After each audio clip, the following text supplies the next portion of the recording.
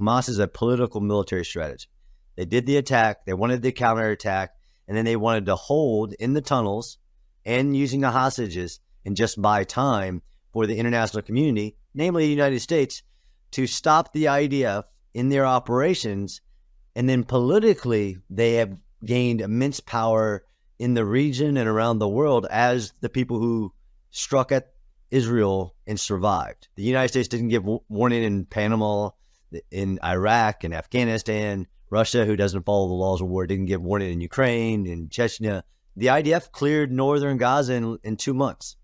It took 9 months for 100,000 Iraqi security forces backed by the greatest air power of the world, the United States and the coalition. It took them 9 months to clear one city. And the IDF have cleared 6 cities in northern Gaza in 2 months. 30,000 civilians have not died in Gaza. It's just not a fact.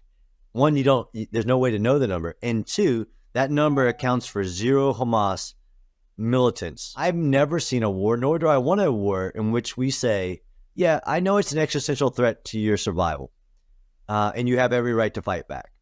And I know they still have your hostages. And I know they still are launching rockets literally 2 miles from your civilian populations.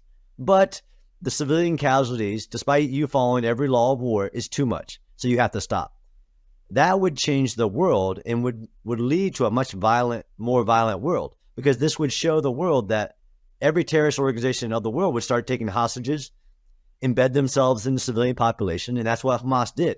Literally, the 2.2 million people who live in Gaza could fit in Hamas's tunnels easily. It's over 400 miles of tunnels, but there are no civilians allowed in their tunnels. And they have publicly said, I want as many of our civilians to die as martyrs as possible. We need that blood. I can show you historically, if the U.S. military faced this problem of hundreds of our civilians, babies, children taken on our border, like let's say Mexico, rockets emanating from there within a mile from where the war is, all of these variables, we would do it differently, and it would be probably a lot more destructive, and not listening to a lot of the outside rhetoric, because we would have clearly legal, definable goals in the war. That they've given Iran to try to appease it hasn't worked, and that October 7th not only changed Israel, it not only changed the security framework in the region, but it should have changed the world in how they deal with Iran and allowing it to continue these proxy wars on a scale that's never been done.